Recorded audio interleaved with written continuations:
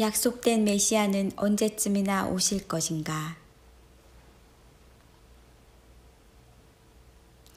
하나님께서 사람을 위한 세상을 설계하시고 만드실 때 하나님의 나라와 완전히 동떨어진 지구를 만든 것이 아니라 여러모로 천국과 유사하지만 천국의 그림자 같은 세계로 만드셨다. 지구의 삶은 천국을 예비하는 삶이요. 인간 라이프는 부분적이지만 천국을 상징한다. 지구의 삶을 통해 천국에서의 삶을 만들어 간다는 개념은 창의적일 뿐 아니라 신문대로 거두는 일종의 인생 달리기 경주와도 같다. 하나님께서 사람을 만드시고 말씀을 주시며 이렇게 살아야 한다고 알려주셨다. 그러나 어디 사람이 말씀대로 살아가기 위해 순종하는가? 보이는 세상의 정욕을 위해 살아가는 경우가 다반사다.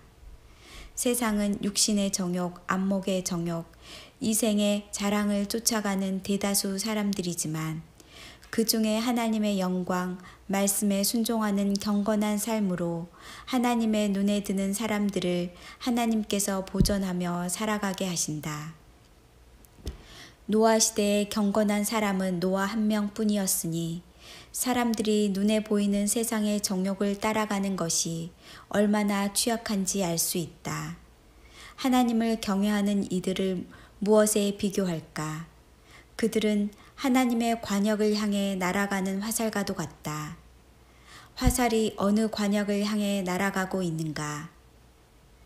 우리는 시대마다 도도히 흘러가는 거대한 반역의 물결에 휩쓸리지 않기 위해 오늘도 기도하고 말씀을 연구하고 말씀에 순종하는 삶을 살기 위해 분투한다.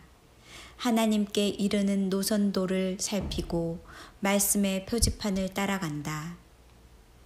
말라기는 구약의 마지막 선지자다. 그의 메시지는 메시아 대망이다. 오랜 시간이 지나도 약속된 메시아가 오시지 않자 모두가 실망하고 지친 상태가 되자 말라기가 등장하여 백성의 불신앙을 꾸짖는 동시에 다시금 메시아 도래의 소망을 뜨겁게 일깨워 주었다. 약속된 메시아는 언제쯤이나 오실 것인가?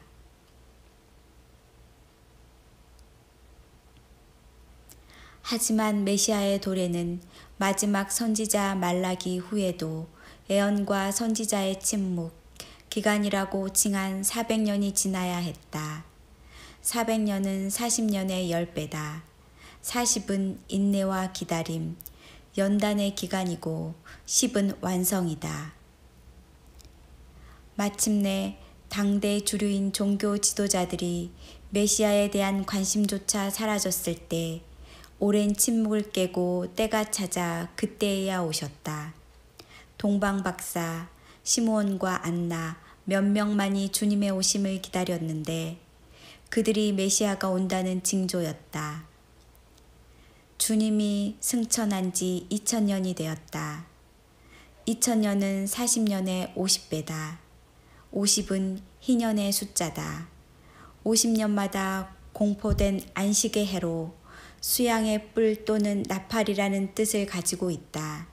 희년은 여호와의 은혜의 해와 보복의 날 이사야 61장 2절로 불렸다. 다시 귀환하시는 그리스도께서 시므온과 안나처럼 기다린 그들에게 해방을 선포하실 것이다. 초림 때처럼 그를 대망하는 사람들은 소수일지라도 하나님은 그들과의 약속을 기억하실 것이다. 그분을 기다리는 사람들이 나타난 것 자체가 때가 되었다는 징조다. 그분을 기다린 신실한 신부들을 혼인잔치에 초대하실 것이다. 유대인의 결혼은 3단계로 진행된다. 약혼, 정혼, 결혼. 약혼은 대개 부모들이 합의를 하지만 파혼이 가능하다. 그러나 정혼은 법적 구속력이 있으며 10개월에서 12개월 기간 동안 진행된다. 마리아가 잉태한 때는 요셉과 정혼한 때였다. 그리고 마침내 신랑과 신부가 한 집에서 살게 되는 것이 결혼식이다. 열 처녀의 비유는 결혼식에서 신랑이 오기를 기다리는 3단계에 해당한다. 결혼식은 휴거가 일어나는 것을 상징한다. 지금은 어느 때인가? 우리는 결혼식에서 신랑이 도착하기를 기다리는 막바지에 있다. 예수께서 가시기 전에 2가지를 부탁하셨다. 깨어 있으라. 준비된 상태로 있어라. 깨어 있는 것은 때와 시기에 관한 것이다. 결혼식 날짜가 정해지지 않는 상태에서 준비하는 신부들은 없다. 그러므로 깨어 있는 것과 준비하는 것은 상관관계에 있다. 밤중이라 함도 신랑이 도착하는 시점에서 때의 긴박성을 상징한다. 신랑이 올 때가 되자 10명의 처녀들이 등불을 들고 신랑을 맞으러 나갔다. 지금 우리 상황이다. 10명의 처녀들은 신부의 친구들인 들러리이지만 이 비유에서는 신부를 상징하고 있다. 처녀들은 밤중에 나갔다. 대낮에 등불 들고 나가는 사람은 없으니 밤중이라 함은 주의 오실 때를 의미한다. 마치 동방 박사들이 별의 징조를 보고 메시아를 찾으러 먼 길이라도 떠난 것처럼 우리는 수많은 징조들을 보고 주님의 귀환을 위해 등불을 들고 문 앞에 서 있다. 그러나 신랑이 오는 시간이 지체되자 졸기 시작했다. 한계 이론이라는 것이 있다. 이론이 현실화되는 데는 한계가 있다는 것이 전문가의 전언이다. 애언 또는 허용되는 한계 기간이 있을 것이다. 애언의 성취가 수만 년, 수십만 년 지나 성취가 되는 것은 의미도 없거니와 성취가 된다 해도 우연히 일어날 일이 되고 만다. 예수께서 귀환하시는 허용 한계 기간은 언제일까?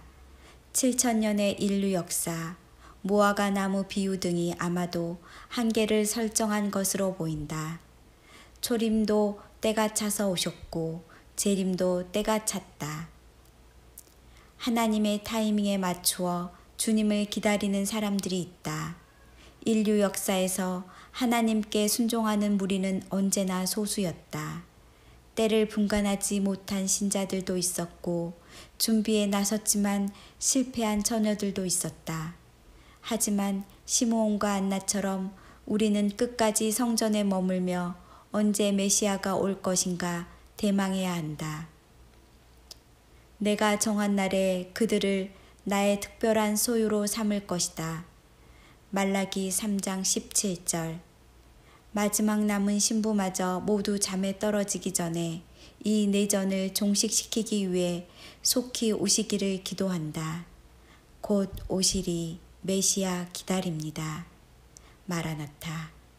주 예수여 속히 오시옵소서. 아멘.